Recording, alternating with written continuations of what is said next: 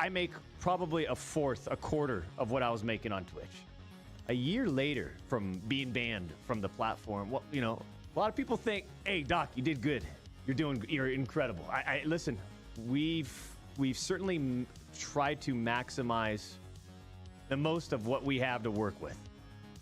And that's certainly been the case, champs, and I appreciate the support. You guys have just been absolutely amazing. What the Twitch ban has really, how it's really affected us, not just from a financial standpoint, but from a networking standpoint, from all the relationships we built over the past 5 years in terms of Activision and EA. I mean, everyone, all the big sponsors, all the big partnerships, they have to question, why did you get banned, right? So our ultimate bigger building out of the umbrella and the Doc universe and everything, whether it's obvious or not, the blacklisting, the shadow banning, it's happening. And as well as you think we're doing, and I think we're doing well enough. I'll tell you, man, it's been extremely disheartening. It's been a roller coaster of emotion, and it's absolutely fucking sucks. And to end off my little discussion here, but a lot of people ask me, do you know the reason? Yeah, I do know the reason why now. I've known for months now the reason why. And I'll just say this right now, champs. There's a reason why we're suing the fuck out of them, okay? I don't know how else to put it. The amount of damages and you just don't... No.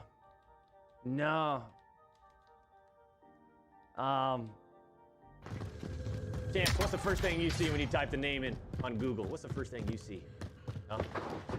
Yeah, you see two-time international video gaming superstar, blah, blah, blah, blah, blah, blah, blah. You see Lamborghini, I get it. But you also see Doctor banned from Twitch.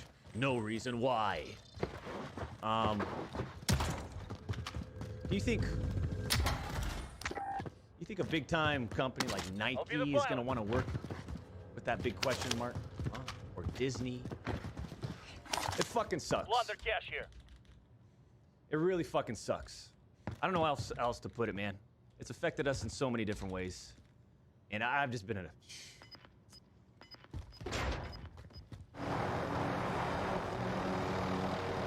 We stay focused in. We stay fucking dominant. All the little speed bumps. Fuck! Contact! Good evening, Champions Club. We're on our way to the arena, but Dr. Disrespect is making a little pit stop. And yes, it does involve diarrhea. I got 1 quarter, champs. Uno. And all's we're looking to do. Win. Pick it up! Jocko! You only get 1 shot. This fucking guy right here. Hey, this guy right here. Fucking guy right here. Hey, this guy right here. Hey, this fucking guy right here. Hey, you only get 1 shot. You know what I mean? You only get 1 shot, baby.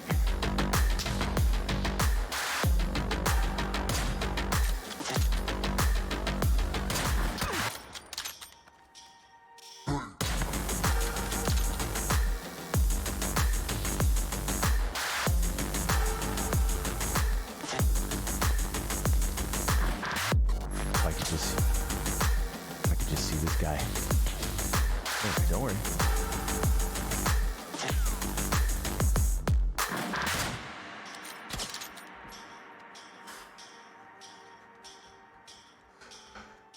Good night. Hey, good night. Good night. Woo!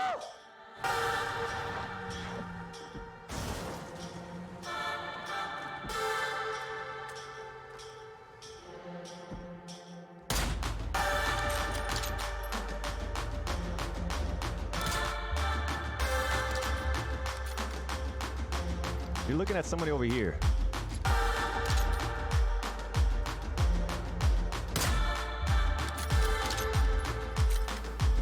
Champ, it's not a bot. Come on. Not a bot. I don't know what you guys are talking about.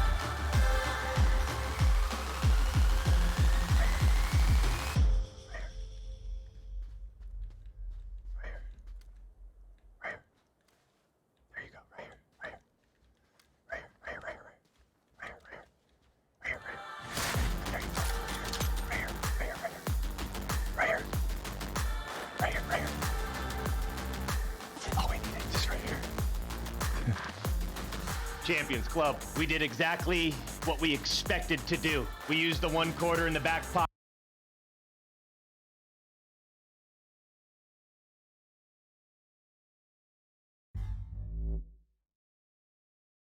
Oh, hello, chat. How are you? I have no clue if my mic is working. Oh, it is. All right. How are you today, chat?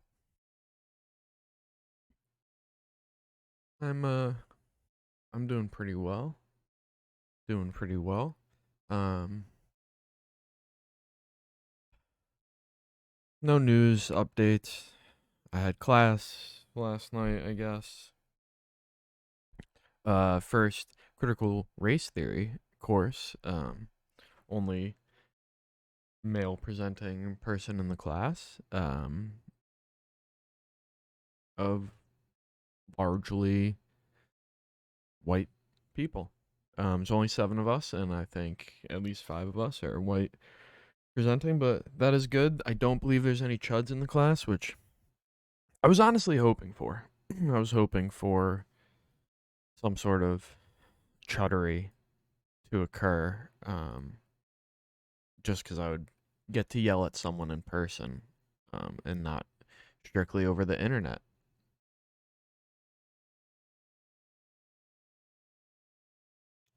But that did not come true.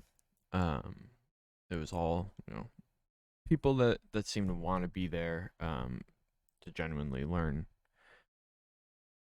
the theory, and how they could apply it in their practice. And excited for that class. I get to do a lot of writing. And excited for another class I had yesterday on platform economy. So a class kind of breaking down. I guess the best way to explain it is breaking down our idea of markets and looking at how the rise of platforms or internet platforms or apps like Uber, Twitch, YouTube, Amazon, have disrupted the market, and I guess trying to really, the course is to get a picture of what the scope of what's going on. It seems, the antitrust considerations between corporations, or between these platforms, possible price fixing, whether intentional or not, and so not putting any normative claims. It's a lot of just kind of investigating the what's going on through different lenses, largely understanding that the current lens of neoclassical economics, in which we look at markets, doesn't accurately affect the nature of our traditional markets, but sure as hell does not accurately represent the nature of the platform market. And so, for that class, I'm writing like an op-ed blog post type piece. It's a short class. I have to write it by the end of this month.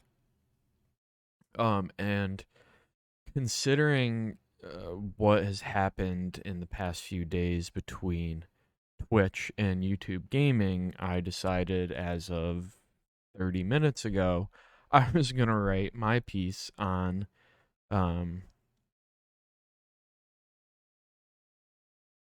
largely, Dr. Disrespect might have some play into it, but I am interested in his ban and lawsuit, but I guess I'm gonna have to do more research. But what I have floating in my head right now, and how I'm gonna kind of work through the stream today, and I have till about 5:30, so I hope to actually fill up that time today, and go through some lawyers' analysis of the Dr. Disrespect lawsuit, then look at DrLupo and Tim the Tatman going to YouTube and discuss some possible implications. And, the theory, at least my very half-baked, floating around thoughts, Dr. Disrespect does have some effect on this. Twitch almost shooting themselves in the foot. One of the biggest streamers going to YouTube Gaming seeing an opportunity to, a year later, essentially, poach DrLupo and Tim the Tatman, and we'll see from the reporting, oddly, both responses to the media from both Tim the Tatman and DrLupo, almost verbatim responses. Honestly, I think Tim the Tatman's is just a flipped construction of what DrLupo said. Sorry, I was messing up my chair. What DrLupo said, in that, like, he's gotten older and now has more responsibilities and a family, can't stream as much, and so he was, they were both offered a deal that would allow them to be, quote, set for life and stream less and have more family time and have more flexibility in their streaming or just content creation. DrLupo had talked about making non-live content, and his ability to now do that and be making revenue from one source. So I'm gonna have to pull from my readings for class to. I am not familiar with antitrust, and that's something I'll be learning throughout the semester. But just from I guess I'll discuss it from kind of like a business standpoint, why YouTube be making those moves and like the context around it.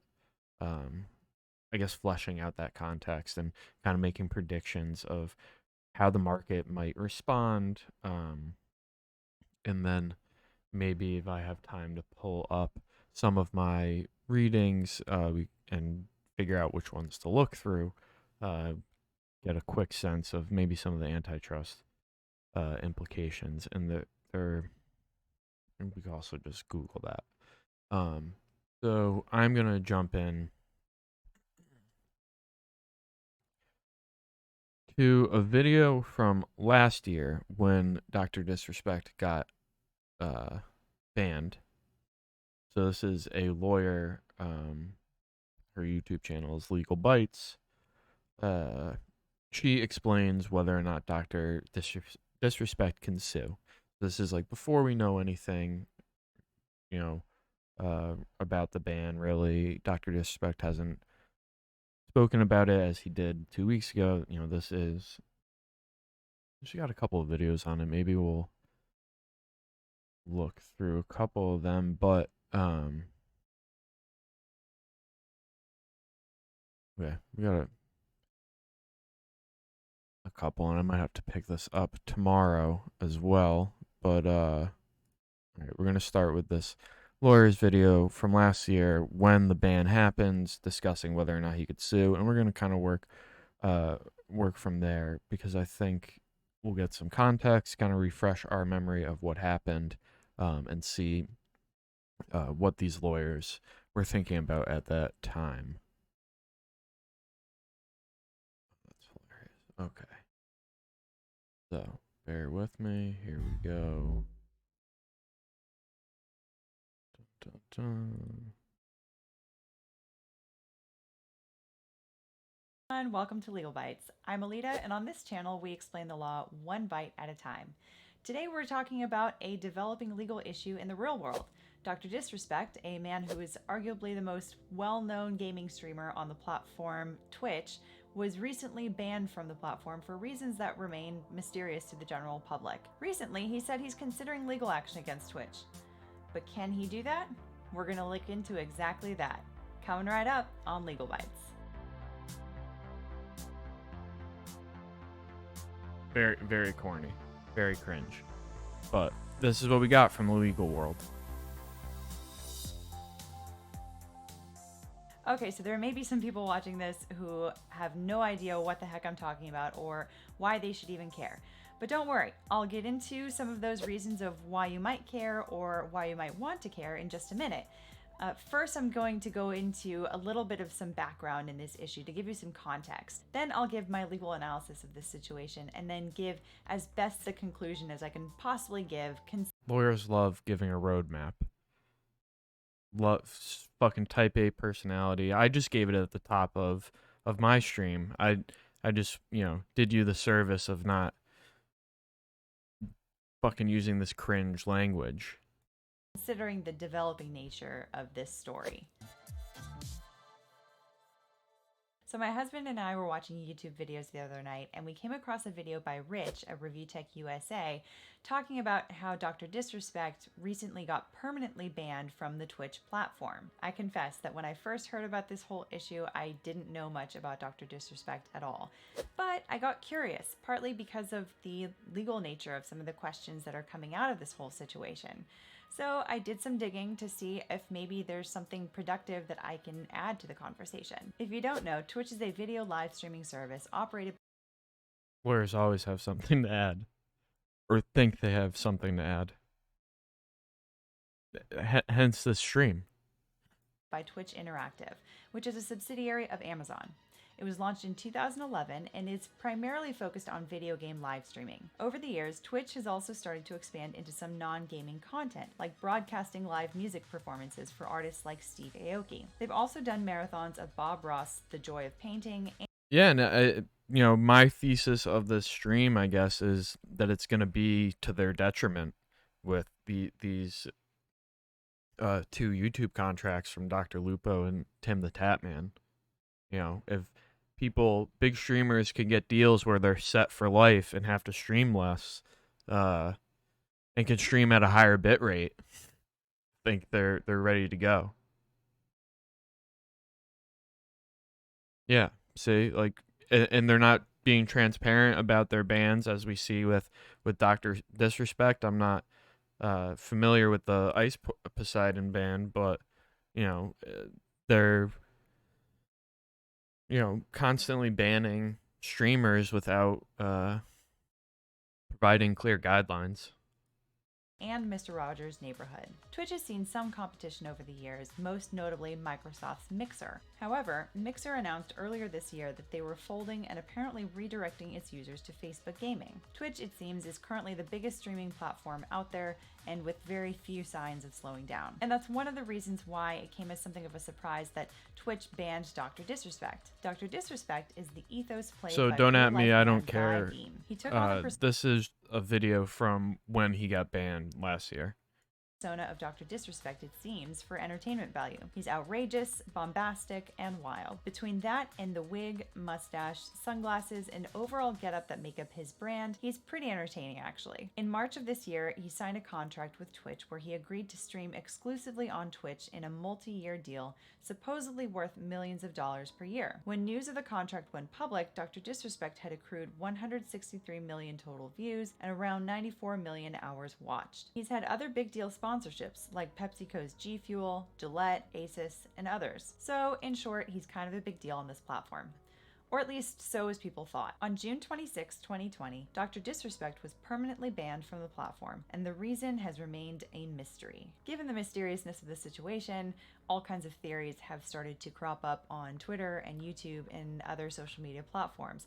They range from the possibility that maybe he had some civil or even criminal liability that was so serious to get him kicked off the platform, to maybe he was just setting up some publicity stunt to roll into some bigger deal for himself. The YouTube channel Hoglaw theorized that maybe Twitch found some other people that they... Hoglaw is like one of her friends. And, she does stuff with Hoglaw frequently. would rather sign an exclusive deal with, and so they wanted to get rid of Dr. Disrespect and free up some cash in order to sign a deal with someone else. It's interesting that just this week, Twitch announced that they signed a deal with the rapper Logic for exclusive streaming on the platform, not unlike the deal they entered into with Dr. Disrespect. So it could be that they wanted to free up some money. It could also be that they wanted a different kind of face for the platform.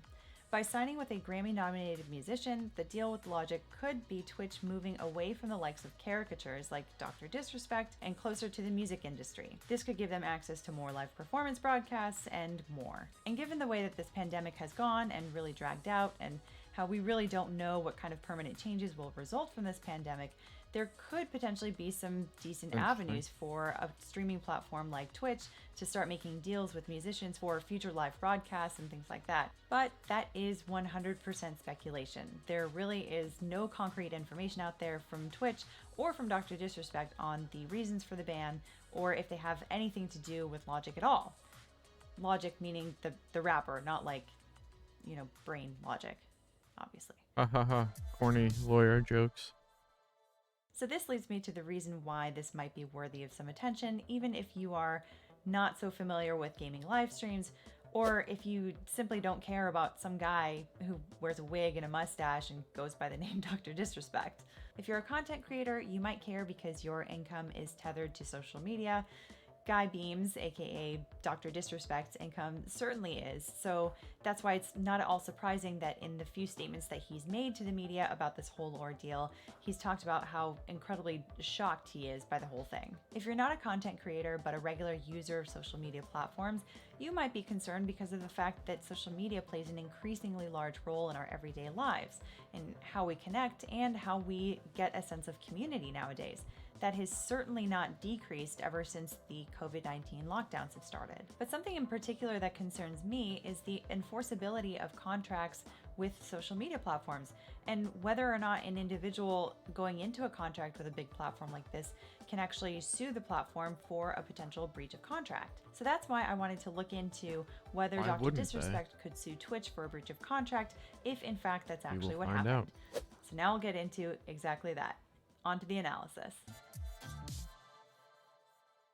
So it seems like there are two generalized possibilities for why Dr. Disrespect may have been banned from Twitch.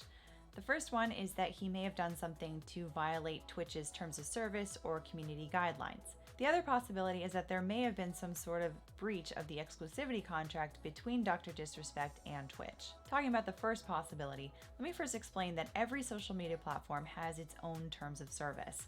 You may not realize it, but it's actually a contract between the user and the platform. The platform agrees to give the user access to its platform so long as the user abides by certain rules of behavior. You may not have negotiated or even consciously agreed to this, but by deciding to go ahead and use the platform, you as the user are impliedly agreeing to it by your behavior. The Twitch terms of service, like most social media platforms, is pretty broad. Prohibited conduct includes creating, uploading, transmitting, distributing, or storing any content that is inaccurate, unlawful, infringing, defamatory, obscene, pornographic, invasive of privacy or publicity rights, harassing, threatening, abusive, inflammatory, or otherwise objectionable. But it doesn't end there. In fact, it goes on to cover a lot of different types of misconduct. Although it may seem unfair that a platform like Twitch wields so much power in deplatforming users, they are well within the protections of the law to do so pretty freely, with immunity from any kind of liability for it. That's because of Section 230 of the Communications Decency Act, which I actually did a whole video on, going into some of the details of the law as well as the legal foundations that it kind of came from historically and where it might be headed in the coming years. So if you want a bit of a deeper dive on that law, go ahead and check out the link in the description below, or I'll put it somewhere in the video here.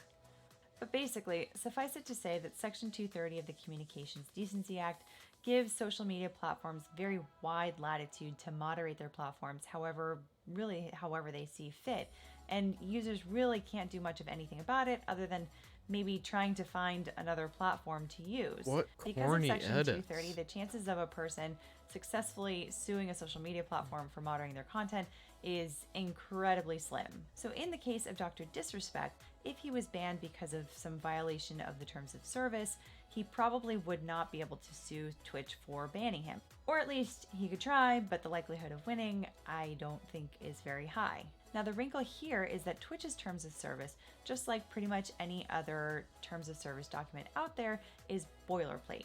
That means that it's basically just a generic form that anyone that wants to use the platform gets and pretty much has to agree to in order to use the platform. But Dr. Disrespect also has his own specific contract that he negotiated for on a one-on-one basis with Twitch.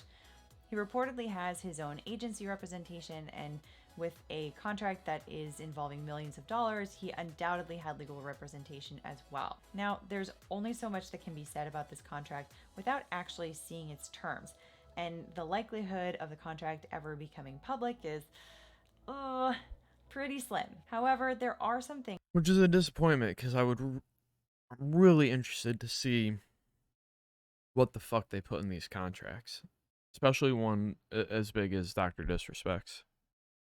Generally about contracts and about contract negotiation. And honestly, I want to know what they're offering them. That can be talked about that can maybe give some light to the situation. When a contract is negotiated well, it's a complete contract that contemplates all of the angles of the agreement between the two parties. There's usually a particular clause in the contract called an integration clause or a merger clause. That's a clause that usually says something along the lines of the parties agree that this is the complete and final agreement between the parties. Usually it would say either that no other communication between the two parties is to be construed as part of the agreement, or it might specify one or two documents that the parties intend to be part of the agreement, so in which case they would be incorporating those documents into the agreement. What that means in the case of Dr. Disrespect is that most likely his contract probably either supersedes the terms of service altogether, or it maybe incorporates the terms of service as specific terms of the contract. Either way, the exclusivity contract between Dr. Disrespect and Twitch probably has some sort of effect on the terms of service as they apply to Dr. Disrespect. Now remember that Twitch's terms of service say that a user can be kicked off the platform for pretty much anything that Twitch determines is offensive. Now, in a situation like Dr. Disrespect, where he's giving up some potentially other lucrative opportunities in order to bind himself to Twitch for all of his game live streaming, that is a particularly big vulnerability that he would have in agreeing to this contract if he's still bound to those same terms of service. So given how generic those terms are and how much of a disadvantage they would put Dr. Disrespect at in a deal that's worth millions to him, I can just say that if I were his attorney negotiating this deal, I would be working my hardest to try to, at the very least, pare down and define the ways in which he can get kicked off the platform. And that may very well be what happened here.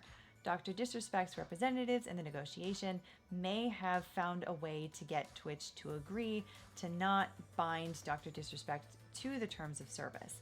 Or at the very least, they may have negotiated a way to sort of pare down or define or otherwise particularize the ways in which Dr. Disrespect can get kicked off the platform that may be unique to him. If that's the case, those terms would be laid out specifically in that contract. Then it seems that this issue is something other than just a general social media platform that's moderating its platform according to its terms of service. And that in turn means that the immunity that social media platforms enjoy under Section 230 of the Communications Decency Act might not apply in this situation. In other words, Dr. Disrespect could potentially sue Twitch for a breach of contract if that's actually what happened here. Obviously, without even seeing the terms of the contract, there's no way to know if a breach of the contract even happened, and if one happened, which side may have breached it. But if there was a breach of the contract, we may never know why that relationship ended. And that, in turn, could be why there's so much silence on this issue. Oftentimes, a contract like this would have a confidentiality clause, meaning neither party is allowed to talk about the specific terms of the contract. On top of the confidentiality clause, there could be other clauses in the contract that talk about dispute resolution between the two parties. So for example, the contract could require that they go through certain types of alternative dispute resolutions before filing a lawsuit, or in the place of filing a lawsuit at all. For example, it may require that they first go to mediation and then arbitration. Or it may say that they have to first go to mediation and then arbitration, and then one of them can appeal to file a lawsuit in civil court. And on top of that, it's also totally possible that maybe the parties are engaging in settlement agreements right now. If that's the case, again, we might never know what actually ended up happening because a settlement negotiation usually results in a settlement agreement, which of course is another contract and may also have its own confidentiality clause. So with a major caveat on the fact that there really isn't that much information out there on this subject, it seems a little bit less likely to me that Dr. Disrespect was banned from Twitch because of some sort of violation of the terms of service, mostly because Dr. Disrespect and Twitch entered into a separate agreement that was much more specific about their particular relationship. Although Twitch did release a generic kind of statement about their terms of service and that everyone is bound to them no matter how famous. As is our process, we take appropriate action when we have evidence that a streamer has acted in violation of our community guidelines or terms of service. This applies to all streamers, regardless of status or prominence in the community. Famous or how well known they are. That to me seems like something of a nothing burger of a response. It doesn't seem to really mean anything. The PR More than likely, whatever happened between the two response. of them probably has something to do with the specific terms of the contract that they negotiated for back in March or in the months prior to March. And because of that, it seems like Dr. Disrespect could potentially sue Twitch. But again, without knowing the actual specific terms of the contract, it's difficult to say for sure. So what do you guys think? Any other theories on this issue? Was there maybe a breach of a contract that you think may have happened? Maybe not. Do you not care at all? Let us know. I don't care about your like weird shill. All right. Let's see. I think this one's her first. Oh, that's Hogue Law. Okay.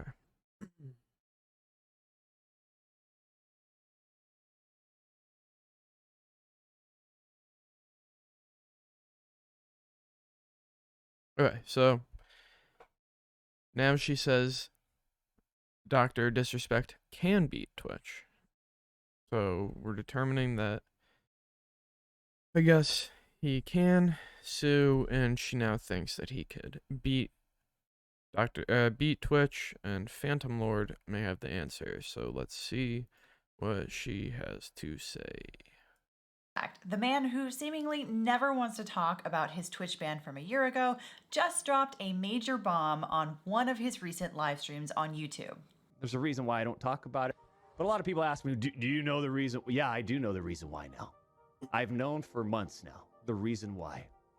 And I'll just say this right now, champs. There's a reason why we're suing the out of them.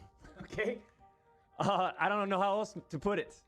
The amount of damages and you just don't. No.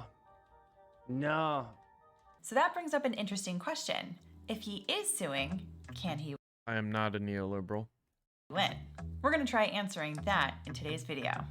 Coming up on Legal Bites. Hey everyone, welcome to Legal Bites. I'm Alita, I'm a lawyer, and on this channel we explain the law one bite at a time. So if you're new to the subject of the controversy around Dr. Disrespect's ban from Twitch, we shouldn't go to war, and we shouldn't sanction people. about a year ago, we did a video on that also about a year ago. In it, we talked about whether or not Dr. Disrespect could potentially sue Twitch for the ban, and if so, what that might look like. So if you haven't already pretty much, yeah. Unless like absolutely necessary, but like sanctions on places like Iran when it's just hurting the people, which all sanctions honestly do. I heard the streamer say yesterday that he wants to put sanctions on countries that don't allow gays.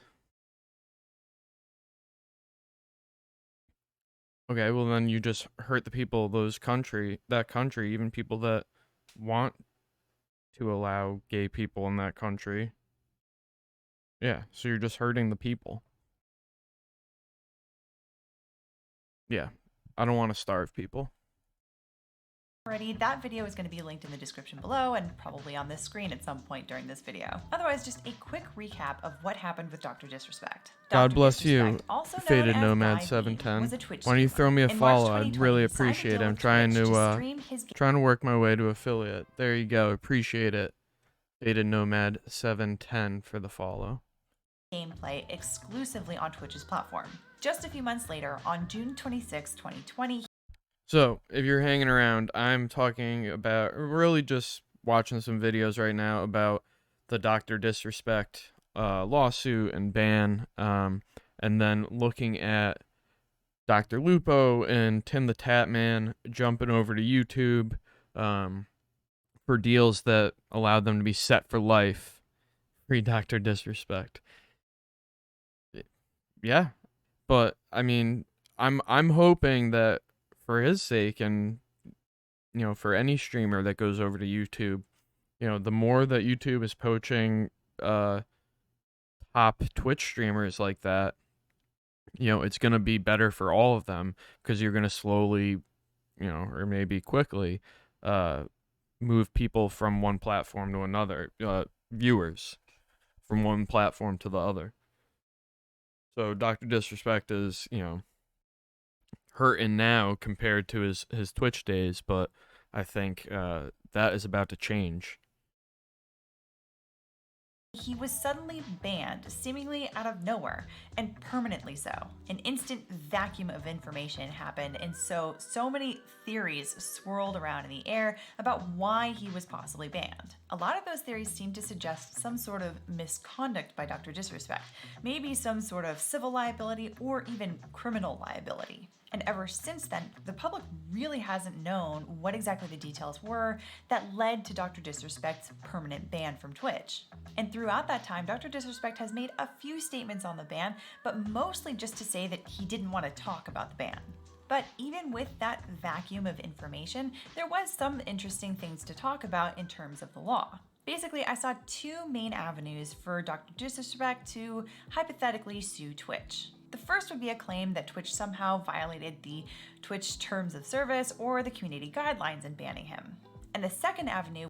So this is kind of a recap from the last video that we watched, where she made a video right after the ban, or a month after the ban, kind of talking about these two avenues that he could possibly sue, and now with more information is reassessing it in real time today-ish. Last week. It would be a claim for a breach of the exclusivity contract that Dr. Disrespect had just signed in March 2020. Basically, my conclusion was that I thought number two was a lot more likely than avenue number one. The first is that any actions surrounding terms of service are going to have to do with moderation of content. And when we're talking about moderation of content on any social media platform, we're going to inevitably be talking about Section 230 of the Communications Decency Act. There's been a lot of talk about Section 230 over the last year or so, but in case you are unfamiliar, it basically gives social media platforms and internet providers on a broader scale a wide net of immunity for them to be able to moderate their platforms. So generally speaking, any kind of activity by a social media platform that is done to moderate their platform is usually going to be protected from liability, and those kinds of lawsuits get thrown out really, really quickly. So if Dr. Disrespect thought he might have a case under Twitch's terms of service or their community guidelines, then that kind of a case would be thrown out pretty much at the earliest stage. The second reason has to do with a few things about contract law. You see, in the last video, we went over something in contract law called an integration clause or a merger clause. This is basically a paragraph in the contract that says that the contract is complete by its terms. And by that I mean, I talked to another streamer this morning who was crying that America didn't kill the Taliban, and when I said, why do you want to kill them so bad, the guy posing as a woman said they don't allow gays and I'm gay. I don't know if that was transphobic or not. Can you clarify?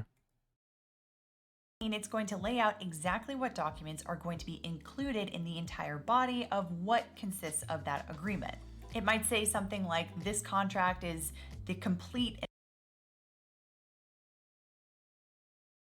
Okay.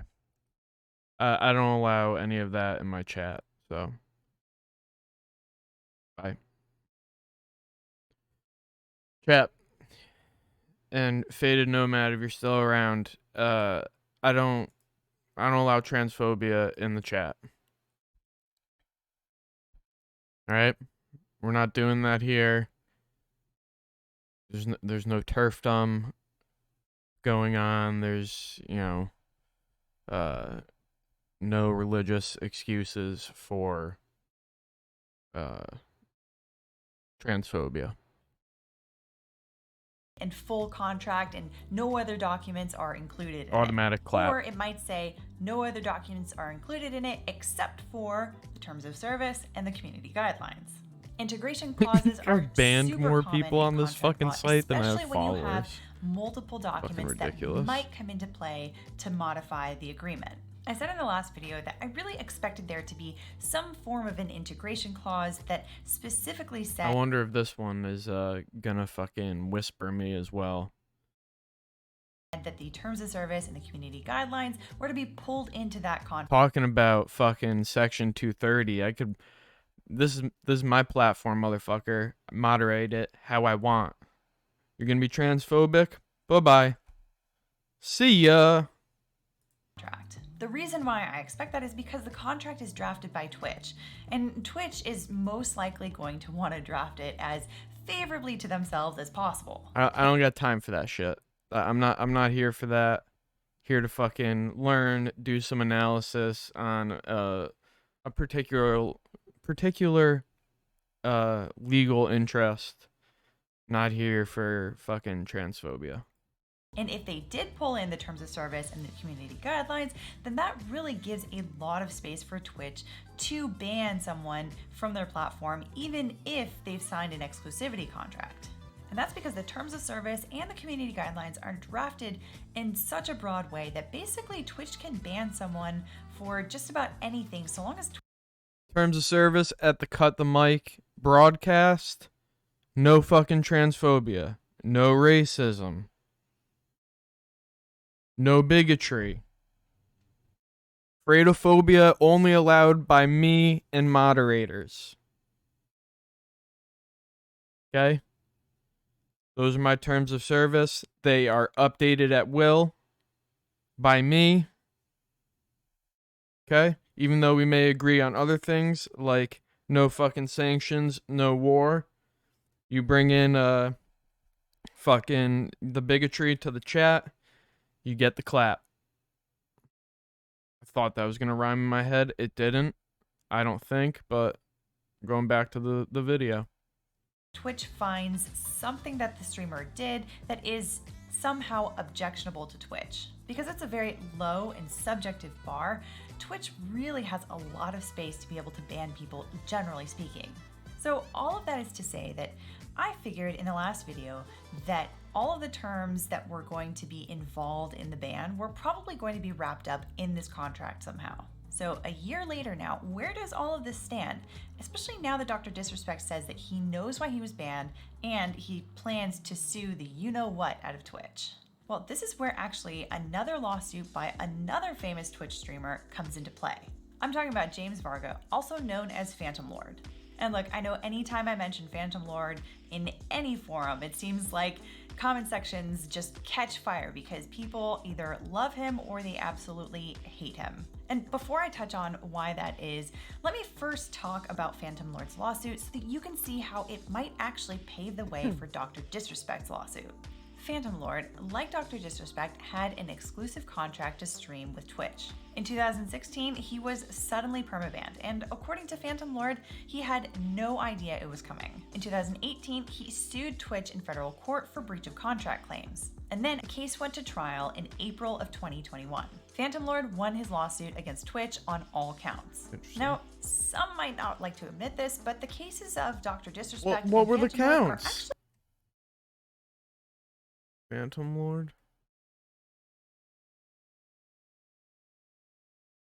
very similar. Both had exclusivity contracts with Twitch. Both were seemingly blindsided by a permanent ban. Both had rumors swirling around them around the time of their ban, seeming to suggest that they had committed some sort of misconduct that was deserving of a permanent ban. Oh, Kevin 99. I don't know how to pronounce that. 99GH. I am very aware. Very, very aware. It's definitely tri-feels. It's very much Sag. But my take on it is it was a shadow docket case with the 6-3 majority.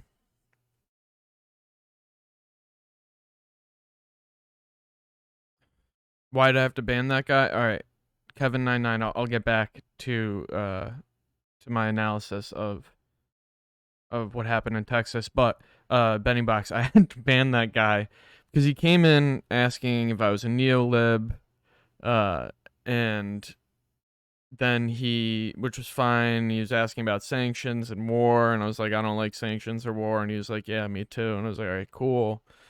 And then he started saying stuff about sanctions about places that didn't allow gays, and then it turns out he was Saudi and was starting to be transphobic, so he got a clap. He went bye-bye. Okay, Kevin, here's my take. It was a shadow docket case, and there's no way that in this political setting that the Roberts court, and Roberts running the court was going to make a decision on that type of case with that type of ramifications without a brief on its merits or without briefing the case and hearing oral arguments, just as like a political matter and like a PR matter. What I think will end up happening, and it's fucking terrible that it has to take this long, is the Mississippi case will be the precedent that, will be the case that they take. They hear, there's briefing on it, they hear oral arguments, and then my guess is it's a 5-4 split with Roberts definitely siding with the liberals. I think no matter what, he sides with the liberals. But I think Kavanaugh ends up siding with the liberals in a way that will definitely chip away at Roe and Casey, but will not allow a ban such as Texas's, I hope. And I could be so fucking wrong, but that is, having like studied the politics of the court, that's kind of my thought. And it just shows how fucked up our political system is, that the fucking 9 Supreme Court justices, or really it's like 2 of them, would hold up or would allow this to happen, and put people's lives in danger, and I don't know, take their choice over their body away. It's psychotic, and it's saddening. It's very much sad. Very much sad. But yeah, and I think the Kavanaugh being that swing even last night was another way to save face with the Republicans by allowing it to go through on the emergency filing and the shadow docket filing, and they have more cover. Kavanaugh and Roberts have more cover politically if they allow it to be briefed on its merits, and argued in front of the court, and then upholding Roe, or again, any way they uphold Roe is just going to be another way of chipping away at it and hollowing it out, but it will still in fact be there. And by Twitch. Now I'm going to get into a little bit more detail about Phantom Lord and his lawsuit, but hang in there because it's going to make sense when we tie everything together in the end. Kevin99, if you're not already a follower, appreciate a follow.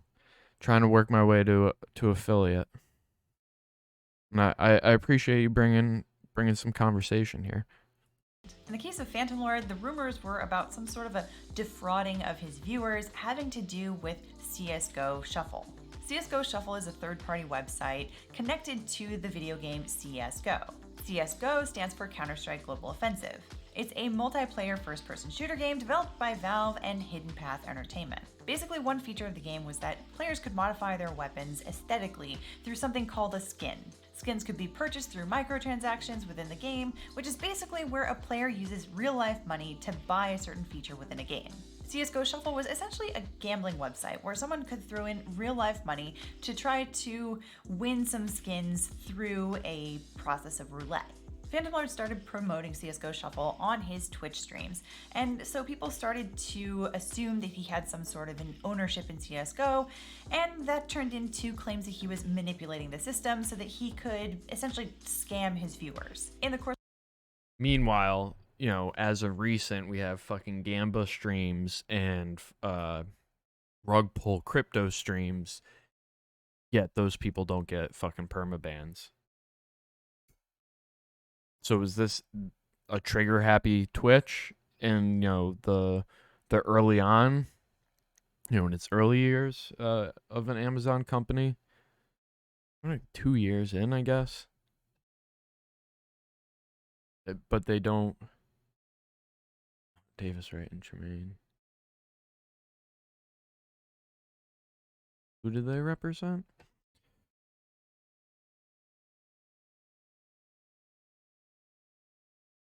No, I still don't know. I don't think we for sure know. And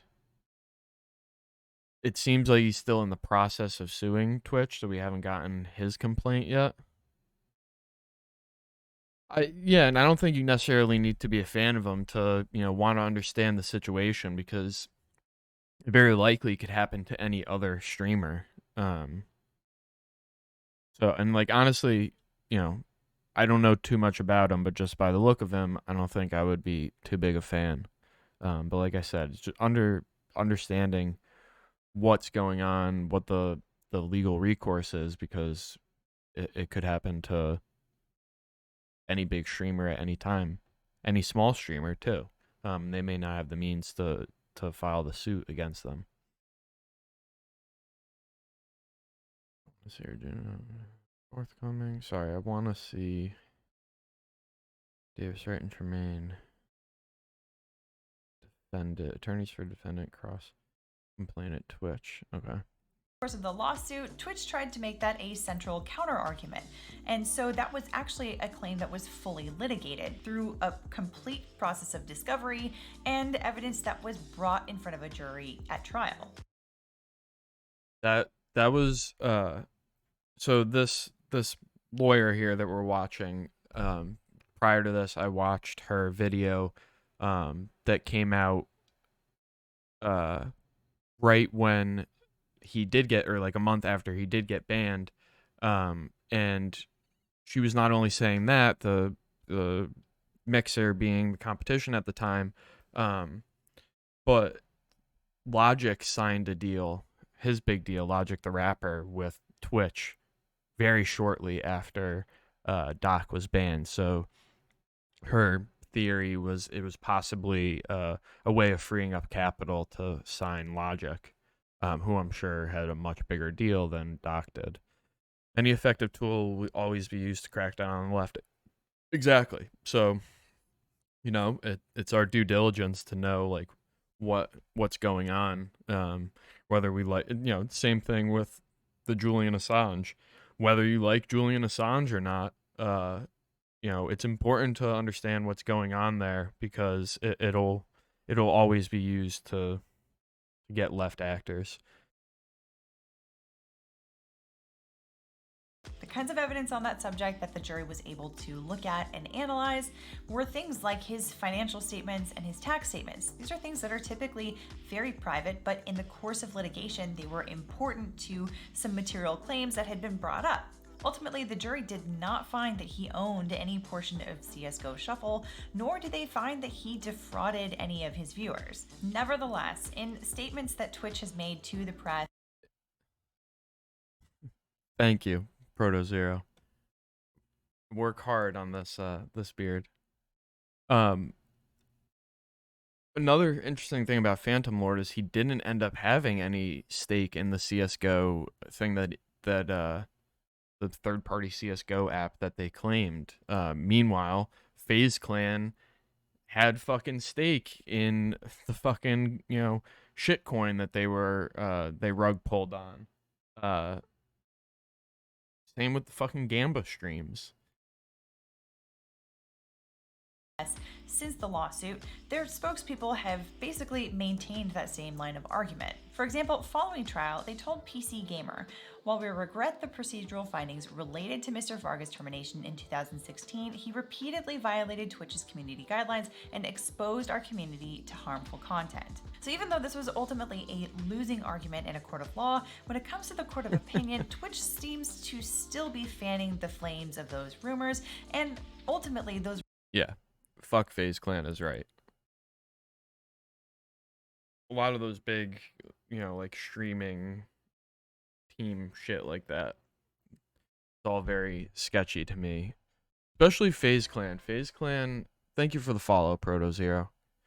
FaZe Clan is tied up with Scooter whatever, I forget his fucking last name, Scooter Braun maybe, who is also like Justin Bieber's manager for a time. I think he was also tied up with like Britney Spears. He's a sketchy character for sure. And he's behind, he's one of the minds behind FaZe Clan and that little operation and the shit that's going on there. No, I'm sorry. He's not FaZe Clan. He's in 100 Thieves. Who's FaZe Clan? FaZe Clan has another sketchy, like, behind-the-scenes dude that is the one, like, creating these, getting the PPP loans and making the connections with the shitcoin. I'm going to let this play. I heard a cat getting into something in the other room, so I'm going to go check on that. Those rumors are still haunting Phantom Lord today. So as it relates to Dr. Disrespect, it's unclear whether any of the rumors that have been kind of swirling around him have been fanned by Twitch. So if that's the case, it would be interesting to see if Twitch tries to pull the same sort of counter argument against Dr. Disrespect as they did against Phantom Lord. Now, aside from the rumors that have been swirling around both of these guys, there are three really interesting things that came out during Phantom Lord's lawsuit that could pave the way for Dr. Disrespect. The first is something that I touched on earlier, an integration clause. Remember that an integration clause basically defines exactly what kind of documents are going to be part of the agreement, whether or not they specifically include certain things or specifically exclude certain things. And my assumption this whole time really has been that the exclusivity contracts would expressly bring in the terms of service and the community guidelines, because that would be a point of real strength for Twitch in all of these contract negotiations. However, when it came to Phantom Lord's lawsuit, I was floored to find out that there was no mention of a terms of service or any community guidelines in Phantom Lord's exclusivity contract. Basically what that meant is that Twitch, in trying to justify Phantom Lord's ban, couldn't simply point to the long laundry list of ways that someone could get banned off the platform from their terms of service. Instead, they essentially had to try to show that Phantom Lord actually was the first one to breach the contract somehow. But on the other hand, if it looked to a jury that Phantom Lord was essentially adhering to all of the terms in the contract, then it looks like Twitch would be in breach of the contract. And ultimately, that's exactly what happened. Like I said, I was absolutely floored by the revelation that they didn't include these terms in the exclusivity contract, because So that was one of her big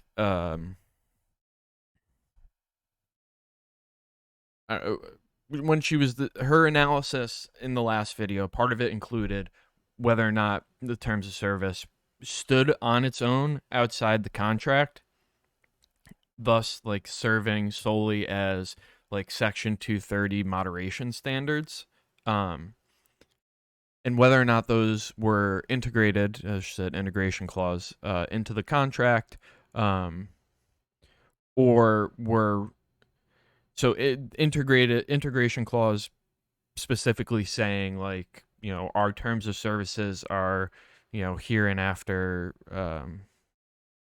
TOS, are thus incorporated, blah, whatever. whatever the fucking legal language would be. Or it could simply integrate them in its own clause that just outlines like conduct that they don't, that would constitute breach or be cause for termination or for banning. And they at least did not do the former. I don't know if they did the latter, but it seems like based on her reaction, they did not do the latter either. So the terms of service and community guidelines aren't specifically tied in. The only thing I will say is in her last video when she talks about Doc's ban, Twitch's response, which was like a very PR like boilerplate response of like, oh, you're getting a little cat cam.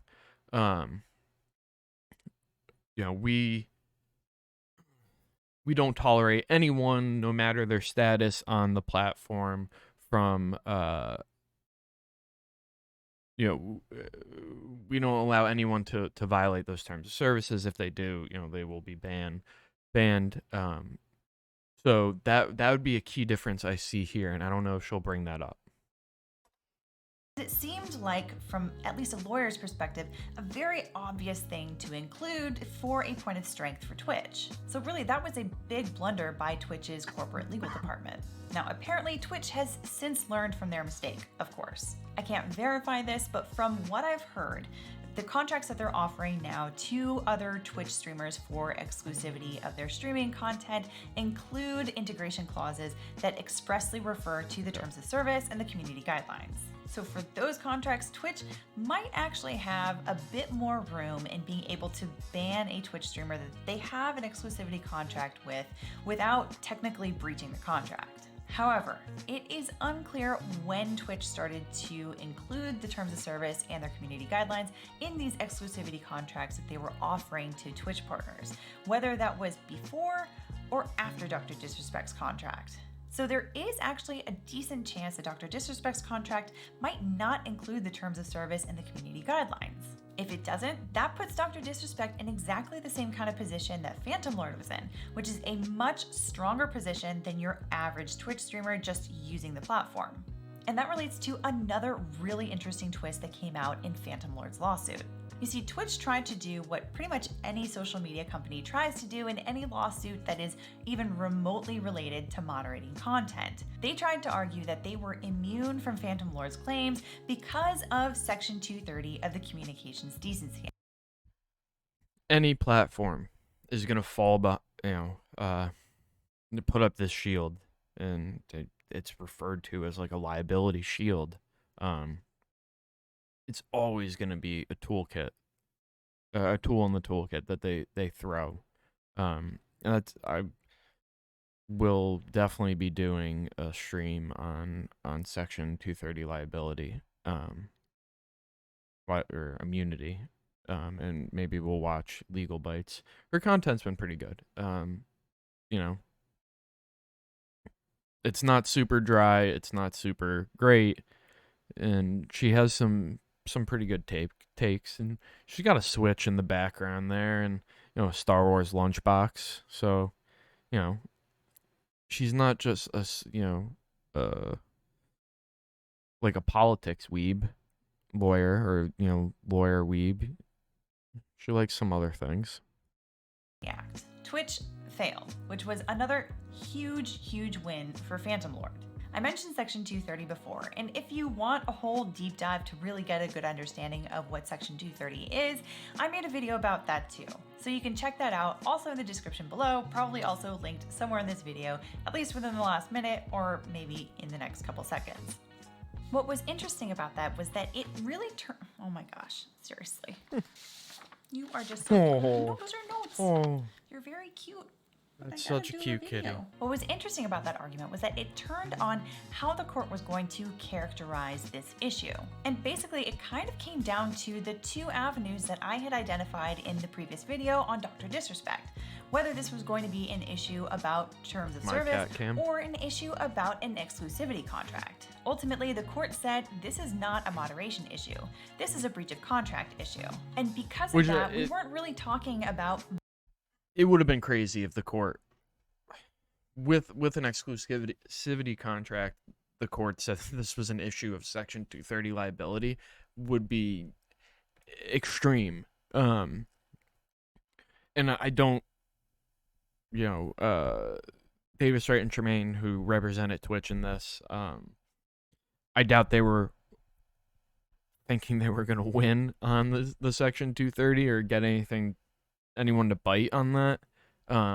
That's more of just like you're throwing everything you got at it, and that there is a small possibility it's not like a frivolous defense, or it is a defense. It's not a frivolous defense to throw.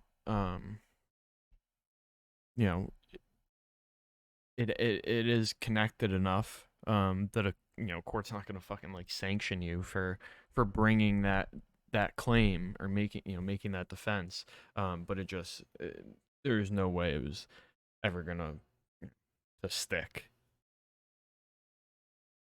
Oh no, what did I do?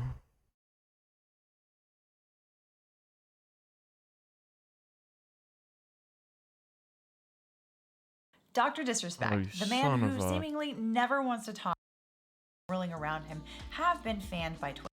That is even remotely related about that argument was that because of that, we weren't really talking about moderation of contract. We were talking about terms of a contract. So ultimately, the court found Section 230 really had nothing to do with this lawsuit. If the court had concluded otherwise, Phantom Lord's lawsuit basically would have been dead in the water. Yeah, it would have been a wrap. Let me tell you, Section 230 is a very strong immunity. So the Section 230 is ridiculous, and it's one of the... It is probably one of the worst internet laws we have. It is part of the reason that Facebook, YouTube, Google have proliferated in the way in which they have. It is has antitrust connotations. I don't know if that's the right word I was looking for.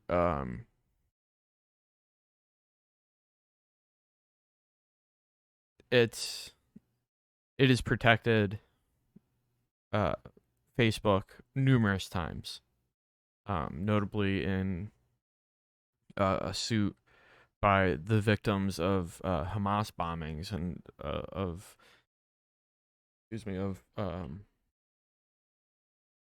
bombings that were organized on Facebook's platform. The fact that Phantom Lord's case was able to overcome any arguments about Section 230 was a really big deal. In this particular case, if the terms of service and the community guidelines are not mentioned in the contract, chances are Dr. Disrespect would also have a similar conclusion in his case, which basically means there's potentially a clear runway for Dr. Disrespect's case to take off. Now this leads us to the third interesting twist that came out of Phantom Lord's lawsuit, which could be relevant for Dr. Disrespect's lawsuit. During discovery, or the part of the lawsuit where both parties are exchanging evidence with one another, it came out that there was something called a Twitch strike guide. Phantom Lord did come on to this channel on a live stream with his attorney Bill Quinlan, and he talked about the strike guide there. They also had, which you're probably familiar with, this strike guide that was kept confidential, which is what they used to decide whether or not to punish the public. And with partners, they use it as whether or not to sort of elevate it, is the term they use, the partnership conduct team. But Twitch wants to make sure that the public doesn't know how there's this disparate treatment for people that they want to keep and make them the billions of dollars they make each year versus somebody else that they, for whatever reason, want to choose to ban or suspend, or in James's case, to do it for political or public relations issues so that they could hopefully get people to say, oh, look, they did take a strong stance. So they'll get rid of him to benefit all the other people that are doing things so much worse than whatever they claim.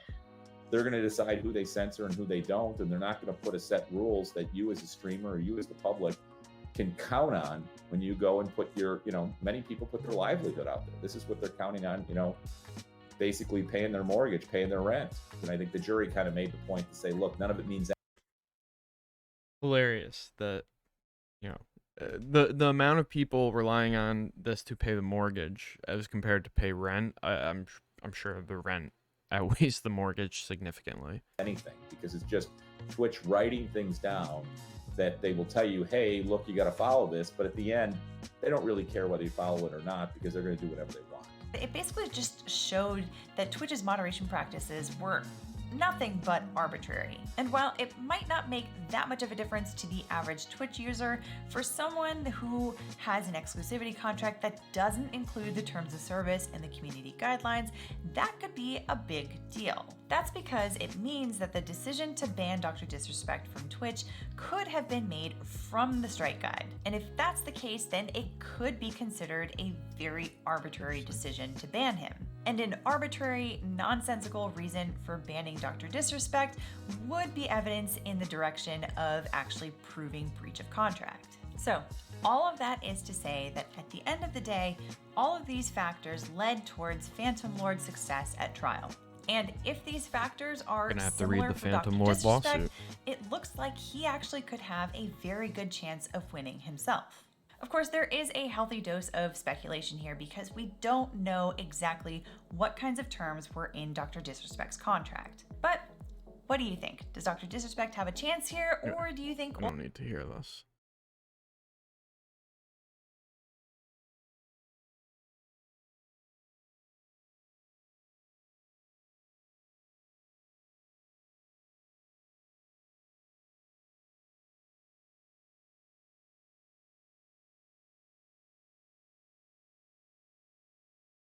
All right.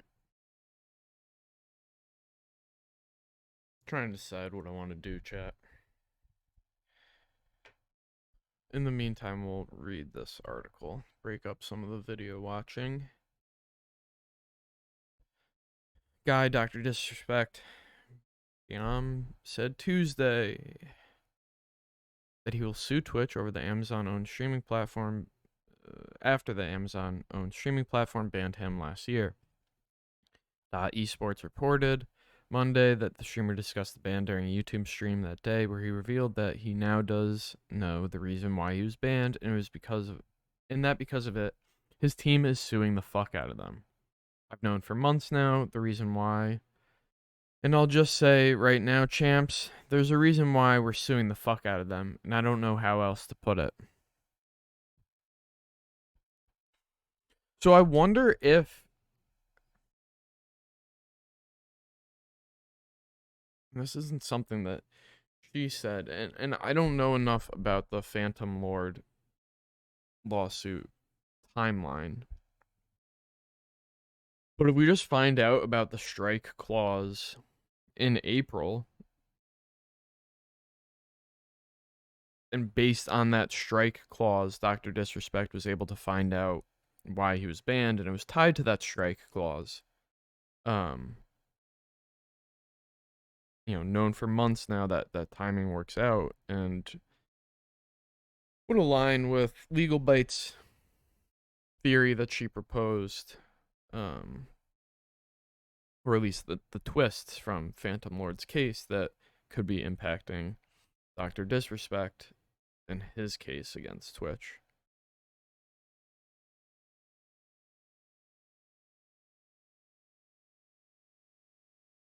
And honestly, it could be a fucking combination of things. And it could be a combination of things that Legal Bytes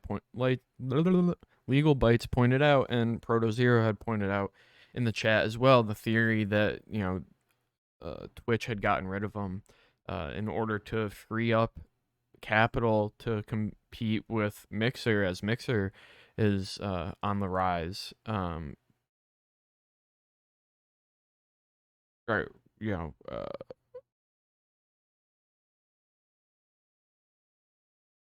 I guess Mixer is failing at that point. But they have Logic coming in, and he has signed a huge deal, and very well could be that freeing up capital for Logic. And so far, Twitch had gotten away with being able to ban anyone for whatever the fuck they want.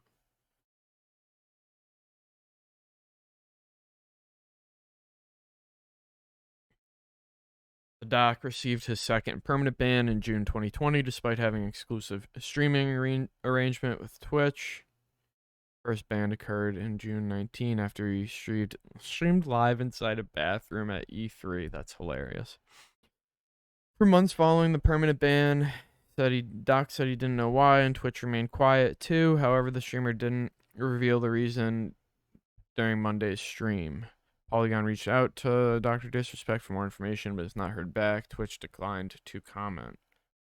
They won't say anything. Or they'll just point back to their previous statements. August 2020, Dr. Disrespect returns on YouTube. During that stream, he said his team had no idea why he was banned from Twitch. As far as I'm concerned, we didn't do anything to warrant a ban, let alone how they went about banning us. No communication before, no reaching out, nothing. During Monday's stream, Baum claimed he makes on YouTube a quarter of what he was making by streaming on Twitch. He said the ban also impacted his networking opportunities too, through blacklisting and shadow banning. And just the fact that he doesn't have anyone to stream with.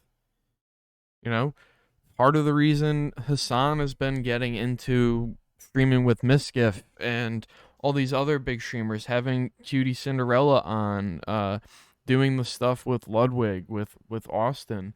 Like, yeah, some of them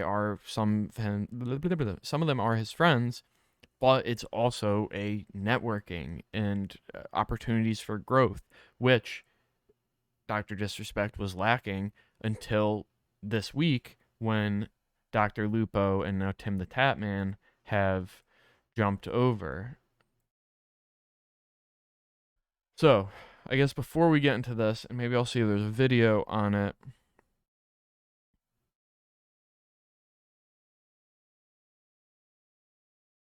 I'm going to take a break for a second. I got to take a piss. I'm going to grab something to eat. I'll let this video play, and then I'll get back and we'll discuss DrLupo and Tim the Tatman, and then I think I'm going to have to wrap it up around the 2-hour mark and get ready for class. So, let me do this.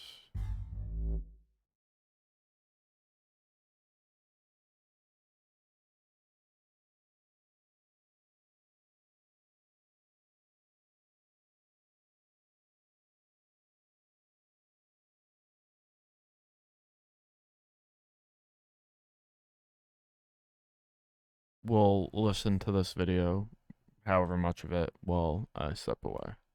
All right. It's been months, but now we have some news in the Dr. Disrespect Twitch banning saga. And this is news that promises to make for a very, very interesting future as things develop, and I will be watching. Let's talk about what is going on with Dr. Disrespect right now.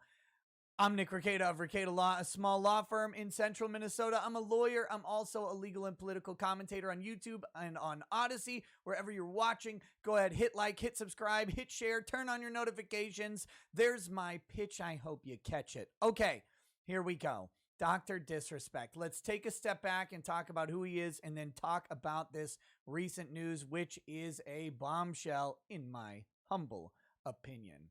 All right. Dr. Disrespect was one of the most popular streamers on Twitch. He had millions of followers. He performed to a live audience, tens to hundreds of thousands strong all the time with consistency. He was pulling in massive income, and he had signed an exclusivity agreement with Twitch, the terms of which are not fully known, but speculations included something like an 8-figure agreement. This is in the height of Twitch versus Mixer. We have this exclusivity coming in, and Twitch even renewed that exclusivity agreement. So we have something special here that most streamers don't get. Most streamers have a sort of blanket terms of service acceptance streaming agreement, right? Like, you follow these terms, we go ahead and allow you a affiliate program or a partnership program. Twitch has two different levels, affiliate and partner, and they have different sort of income rewards. They have different binding expectations on both of the parties. Now, some streamers, like Dr. Disrespect, had something even further, an exclusivity agreement with Twitch that says, hey, you can only I'm put back. your content here, only on Twitch. Hello, Lee Spanner. I feel like I always have audio problems when you come by. I jacked it up. It should be better. This guy was much lower than the other video we were watching. And in exchange for that, we're going to give you money because they think that having someone like Dr. Disrespect on the platform is a massive boost Okay. to the I feel like I heard a little bit while I was on my bathroom break, and nothing new that we've heard. I don't know if he's going to offer great analysis. So we're moving on. Sorry, I can't even pronounce that. Boop. All right. So, moving on to DrLupo. From Dr. Disrespect to DrLupo. So my theory, Lee Spanner, as you've just arrived, or not my theory, but like my thesis for this stream, I'm in a class on the law of the platform economy, and I'm writing a blog post op-ed piece kind of surrounding this issue. There's a lot of antitrust implications that I don't fully understand yet, so I'm not going to spit them out and be wrong. But so I was just looking at least from a business standpoint, YouTube gaming moves towards acquiring DrLupo and now Tim the Tatman, what that means for Dr. Disrespect as part of his lawsuit, being that he, is making a quarter of what he was making on Twitch, on YouTube. And I think that will begin to change with the acquisition of these two big streamers from Twitch's platform moving over to YouTube, and with them more viewers. And what was really curious to me,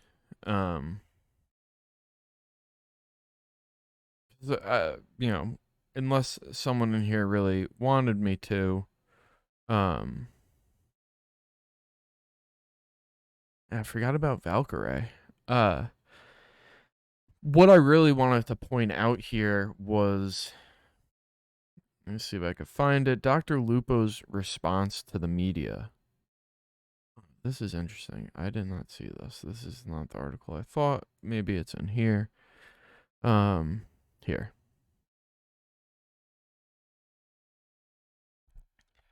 So DrLupo said to the Washington Post, family time is crazy important, as is reducing the amount of pressure, because mental health is crazy important. Lupo said in an interview with the Post, adding that he spent years streaming for 60 to 70 hours per week. Everyone's just trying to secure the bag, right? There's no shame in that. That's literally why everyone gets up and goes to work, right? So, of course, the financial situation that YouTube presented to me, without a doubt, is like, I'm secure for life. Everyone's trying to get to that point. Why would I say no to that?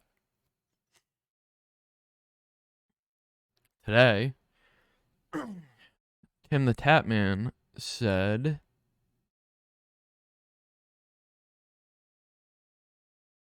speaking to Insider, Batar said the move will let him spend more time with his family. When I started, I had no family obligations and could stream a lot of hours, he said to Insider. The reality is, now that I've got a wife and my son, it's hard for me to stream as much as I did beforehand. In an interview, Lupo, in an interview for the Washington Post, similarly indicated that his YouTube gaming deal would give him more time for the family, and the deal he was presented with would let him be secure for life.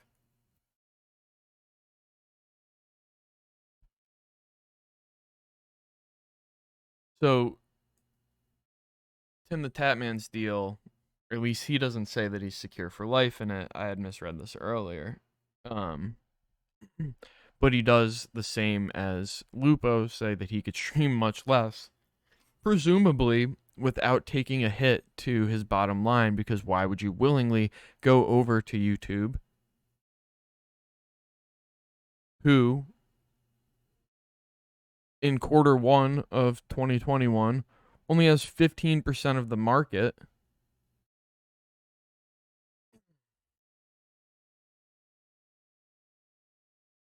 I don't know who Jack Courage Dunloop is, but I know who Valkyrie is, and now with people like Valkyrie, all right, so you have at least 5 big time streamers now on YouTube's platform.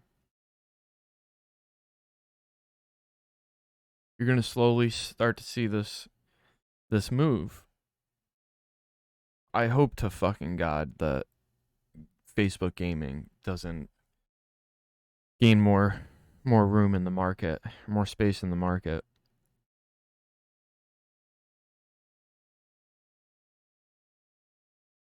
Wow, I think the difference between YouTube and Facebook gaming is incredibly slim.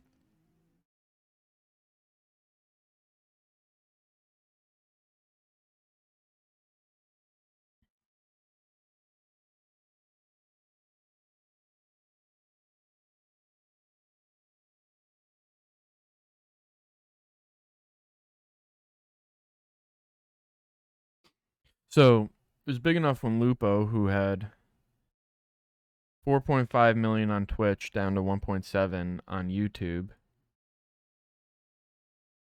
Tim the Tatman has 7 million on Twitch and 3.8 on YouTube. It's a big number of followers to possibly be going over to YouTube to watch some of these streamers.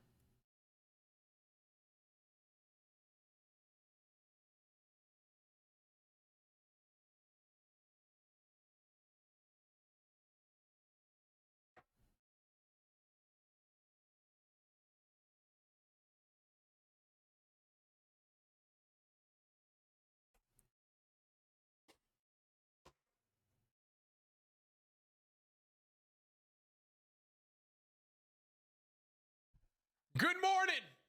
Good evening, Kevin. It's always a pleasure. Good afternoon. We got an exciting one for you today. Now, a couple hours ago, you might have seen my announcement video. I'm officially streaming exclusively on YouTube Gaming. If you haven't and you're watching this, I highly recommend you go watch that video first, then come back to this one. I want to say at the front of this video, thank you so much for all the positive comments, all the love. I appreciate you all, Tatman Army. I cannot do.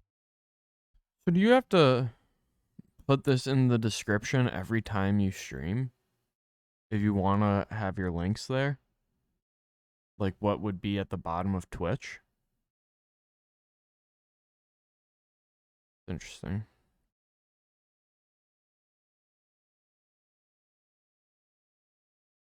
Yeah, there's not going to be much coverage on this now, which is unfortunate. Maybe there will be on DrLupo.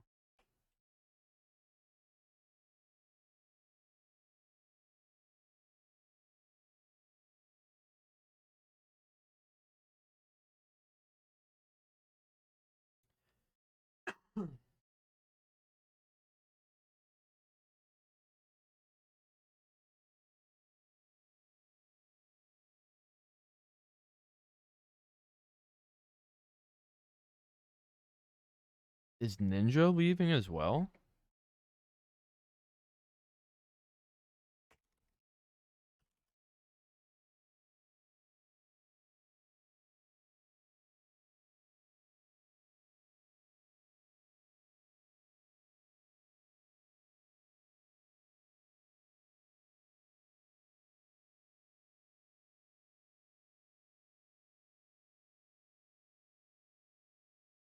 Okay, Ninja's not going over.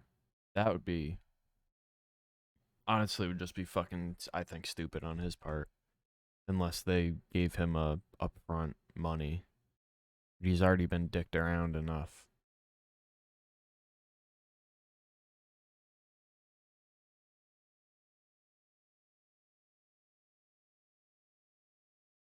No videos. Alright. I gotta get ready for class. I'm gonna do some more research into this, but I kind of just wanted to pop on and dip my toe in, I guess, so I could begin to do some more research and write this piece. Wrong scene. I was having a conversation with Benny Box, Smokey the Bear, and Rick Engels about this, and kind of just wanted to do a little more research, at least on the Dr. Disrespect lawsuit, and I'll definitely read into the Phantom Lord article as well, or the Phantom Lord lawsuit as well, to get a better idea of what's going on there.